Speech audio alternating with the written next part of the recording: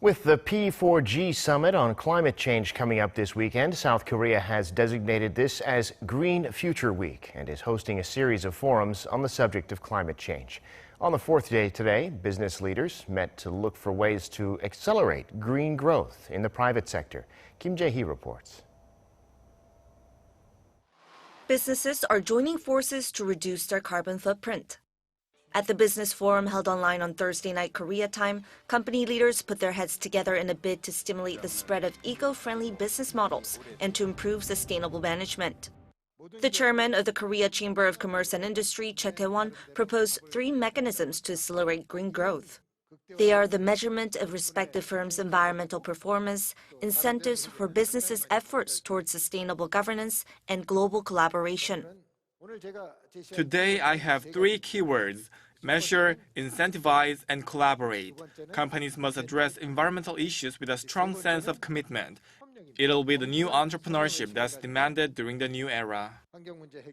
Corporations share their inclusive green transition strategies to learn from each other's experiences.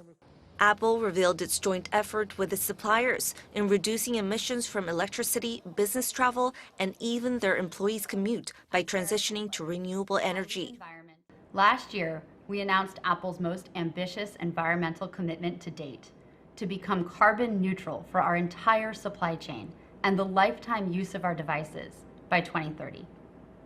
Thanks to work with teams across Apple and our supply chain, we've already made significant progress on this goal.